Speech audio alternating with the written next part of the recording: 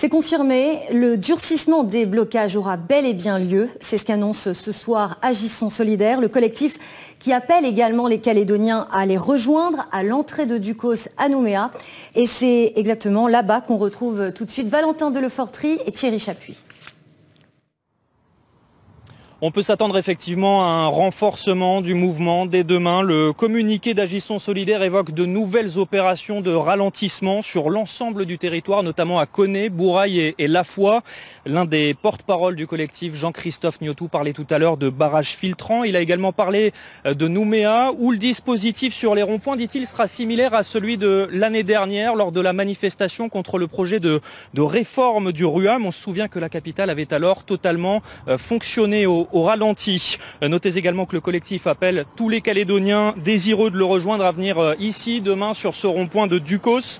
Le président du syndicat des rouleurs, Christophe Ramadi, nous disait d'ailleurs tout à l'heure s'attendre à ce que les travailleurs patentés se joignent au mouvement et viennent donc gonfler les rangs des effectifs mobilisés. Pas de signe de fin de conflit à l'horizon donc. Une information de dernière minute vient de nous parvenir. Bonsoir Charlotte Manvy. Bonsoir. Alors quelle est-elle? Eh bien écoutez, le président du gouvernement, Louis Mapou, a en fait écrit cet après-midi au collectif Agissons Solidaires. Dans ce courrier, il rappelle qu'il les a rencontrés dimanche dernier et qu'il avait eu l'impression à ce moment-là que les échanges avaient été fructueux. Et je cite que nous avions convenu ensemble d'un chemin de travail. À l'évidence, eh bien cela ne vous convient pas. Le président du gouvernement conclut en disant qu'il allait demander au Congrès le retrait du texte incriminé, c'est-à-dire le texte pour la taxe pour l'équilibre tarifaire, et ce, en raison de la gêne occasionnée par le mouvement sur la population calédonienne. Merci Charlotte. Des perturbations effectivement que les Calédoniens ont pu constater ce matin. La circulation a été difficile aux abords des stations-service de Nouméa et du Grand Nouméa, conséquence de ce blocage des dépôts pétroliers qui dure depuis 6 jours déjà. En quête de carburant, de nombreux automobilistes ont tenté leur chance dans différentes stations, ce qui a provoqué des files d'attente impressionnantes sur la base de rumeurs sur les réseaux sociaux. Valentin Delefortrie, Thierry Chapuis. Peu d'essence, mais beaucoup de patience pour ces dizaines d'automobilistes. Les files d'attente sont impressionnantes, ininterrompues depuis le lever du soleil. On a de la queue depuis 6 heures déjà, en sachant que les pompes commencent à distribuer à partir de 7 heures. Et voilà, ça ne s'arrête pas. Vous avez déjà vu ça? Là, honnêtement, autant de foule comme ça, non, jamais. 1 heure d'attente en moyenne, et au final des espoirs douchés pour beaucoup d'automobilistes, car cette station est en fait réquisitionnée pour les publics prioritaires. Je ne savais pas en fait quand j'ai fait la queue. Et là, vous l'avez appris quand? Là, juste en arrivant, en voyant la pancarte. Là. Pour l'attestation. Alors, ben voilà, il n'y a pas d'attestation. Ben, on va essayer de trouver une station qui est ouverte, quoi. Il y a des fausses rumeurs, quoi. On regarde sur les réseaux sociaux, il y en a un qui dit que moi j'ai eu de l'essence, mais il ne dit pas comment il a eu. Donc les gens, ils se précipitent parce qu'ils croient que c'est libéré. Un phénomène rapporté ce mardi dans plusieurs sites réservés au public prioritaire, mais aussi dans cette station de Port-Plaisance non réquisitionnée. Son responsable a fait le choix de maintenir ses pompes ouvertes quelques heures par jour, avec un plein de 3000 francs maximum par voiture. Les réseaux sociaux fonctionnent bien, la radio fonctionne bien, les médias fonctionnent bien et je pense que les gens ont dû entendre que nous étions l'une des stations qui délivrait de l'essence encore. Un afflux qui devrait se tarir d'ici demain soir, car les cuves de la station, elles aussi, sont sur la réserve. Et puis dans le nord du pays, à Koné, la mobilisation a pris de l'ampleur aujourd'hui avec des commerçants et des agriculteurs qui se sont joints au mouvement. La journée a débuté par une opération barrage filtrant au niveau du rond-point de Payamboué. Camille Monnier et Brice Bachon. Interdiction de passer pour ce camion-citerne. Pas sur la liste des ravitaillements prioritaires, il est contraint de faire demi-tour. Et son bon de livraison, il ne correspond pas aux stations qui ont été réquisitionnées. Ouais. Demi-tour. Que ce soit pour des sous-traitants miniers, que ce soit pour des entreprises, peu importe.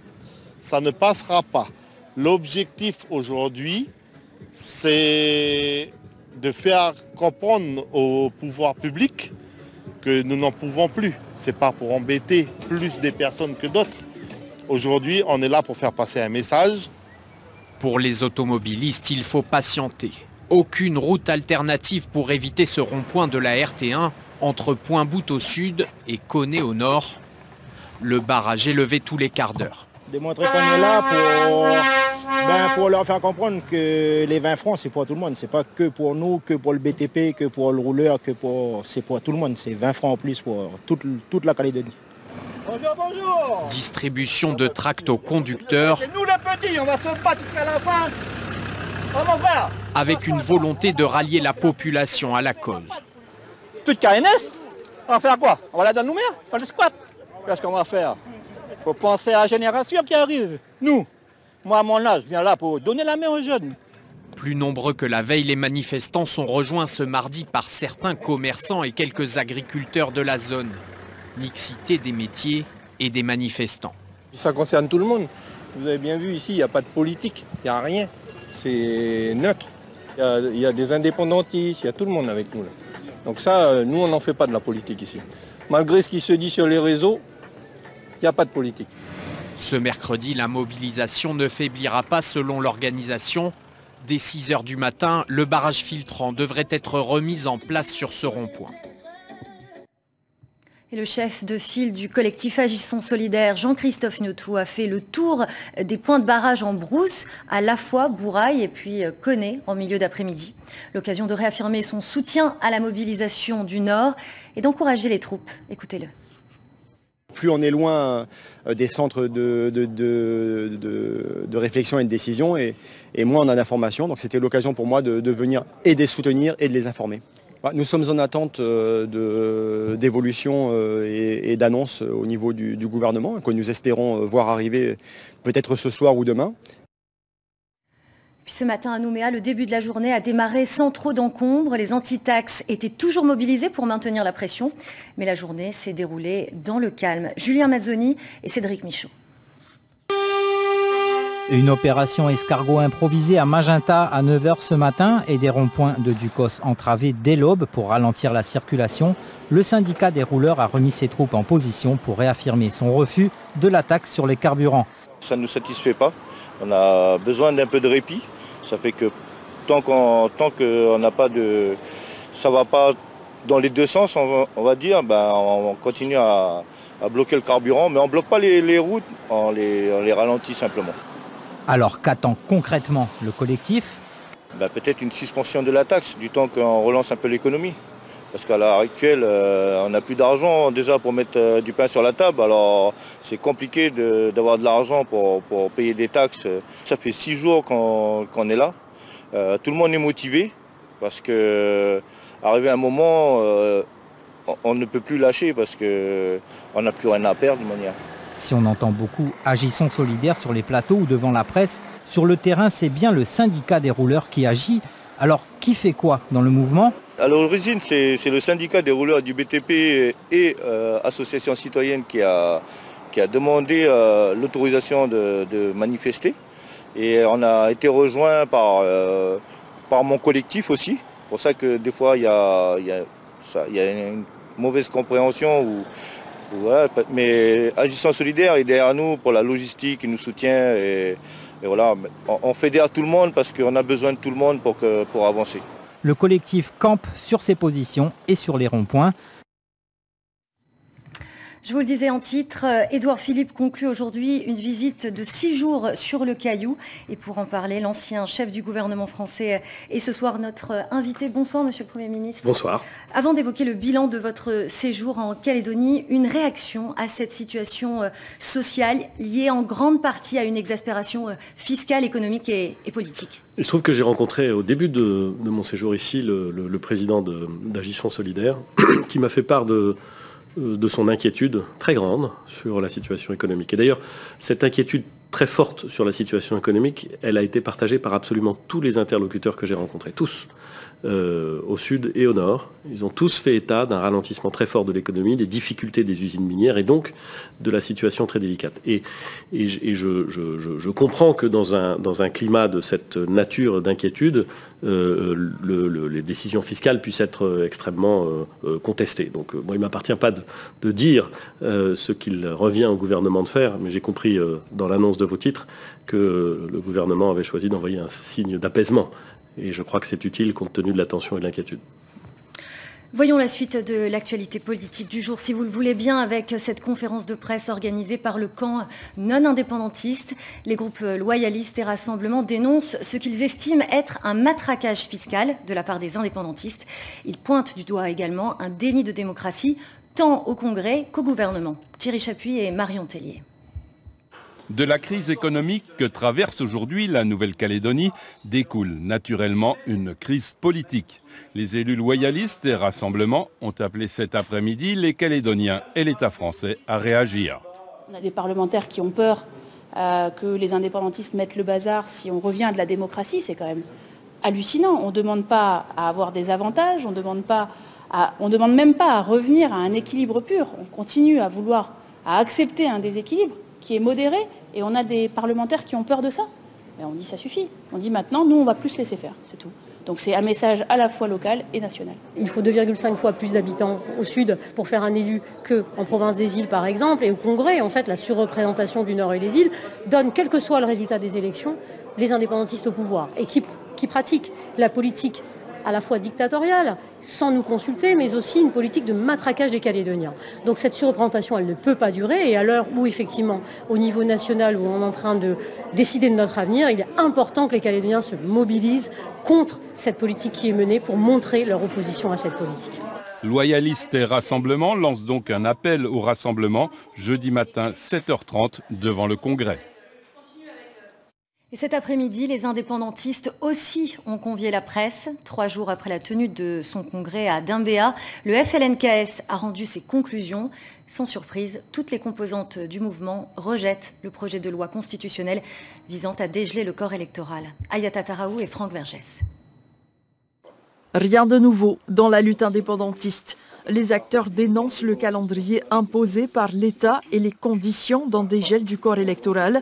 Ils souhaitent désormais une mission de dialogue sous la houlette d'une personnalité impartiale. Avec ce projet de loi constitutionnelle, l'État est en train de mettre de l'huile sur le feu. Au lieu de favoriser la discussion, le congrès du FLNKS a demandé une mission de dialogue, que ce soit sous l'égide d'une haute personnalité de l'État qui soit un peu plus neutre, justement pour venir favoriser la reprise des discussions. Pour se faire entendre, ils se déplaceront à Paris. Mais avant, les cadres du FLNKS demandent le soutien des élus du Congrès de la Nouvelle-Calédonie. Les représentants doivent proposer une résolution demandant à l'État de retirer son projet de loi constitutionnelle. Une démarche peut-être tardive à l'aube de la fin du processus. Nous, on a toujours eu le temps. On a toujours réclamé nos droits et on va le réclamer jusqu'au bout et coûte que coûte. Notamment sur le fait, pour ce dossier-là du dégel du corps électoral, pour dire qu'on n'est pas d'accord et on va utiliser tous les leviers qui sont à nos dispositions justement pour qu'on nous laisse discuter et arriver à un consensus local qui nous mène à la pleine souveraineté. Et pour le FLNKS, la pleine souveraineté passe par des réformes. Il soutient celles qui font actuellement l'objet d'une contestation sur la voie publique, un mouvement politisé et illégitime selon le Front. Ces revendications-là, elles ne sont pas claires ni objectives. Et donc, forcément, le blocage du carburant impacte aussi les salariés. Nous partageons également le communiqué du FLNKS qui s'interroge sur les motivations qui animent ce collectif patronal. Et qu'à une autre époque, si ça avait été un conflit syndical porté par l'UCKE, on aurait vu tout de suite la réaction du patronat, du monde patronal et aussi des forces de l'ordre, puisqu'il y a entrave aussi au niveau de la circulation.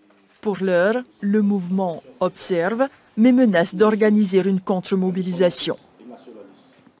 Et cette nuit pour nous, ce projet de loi constitutionnelle destiné à élargir le corps électoral va être examiné par les parlementaires à Paris. Les amendements seront abordés le lendemain. Le vote solennel aura lieu, lui, le 2 avril. À l'approche de ce rendez-vous parlementaire majeur, Éric Dufour et Mourad Bouretima ont recueilli les avis de parlementaires calédoniens. La commission des lois, aujourd'hui, elles sont dans un état d'esprit de se dire prenons du temps pour que les Calédoniens trouvent un accord avant de brusquer les choses. Ils ont passé un peu moins de 48 heures en Nouvelle-Calédonie. Ils se sont rendus compte de la situation en Nouvelle-Calédonie. Donc il faut vraiment qu'on se donne tous les moyens de pouvoir trouver une issue à la situation que nous avons depuis à peu près 3 ans en Nouvelle-Calédonie. La droite m'inquiète, puisque la droite, après avoir gelé le corps électoral en 2007, propose des amendements via Philippe Bas qui précisent que le dégel n'est effectif que pour ces élections provinciales-là et que derrière, il pourrait être remis en cause. Donc je ne voudrais pas que la droite trahisse une deuxième fois les Calédoniens et donc qu'ils votent simplement la réforme constitutionnelle comme elle est prévue, sans amendement. Je suis convaincu aussi que le Sénat donnera un message, comme il l'avait fait sur le projet de loi organique, pour demander encore une fois que tous les efforts soient menés afin que des discussions s'ouvrent et qu'un accord finisse par voir le jour. C'est, à mon avis, bienvenu après le congrès du FLNKS qui dit aussi qu'il est prêt à ouvrir les discussions, dans un pas de temps, un moment entre le Sénat et l'Assemblée nationale où on peut imaginer, espérer que des discussions s'ouvrent et qu'effectivement un accord finisse par se voir le jour en juin ou en juillet.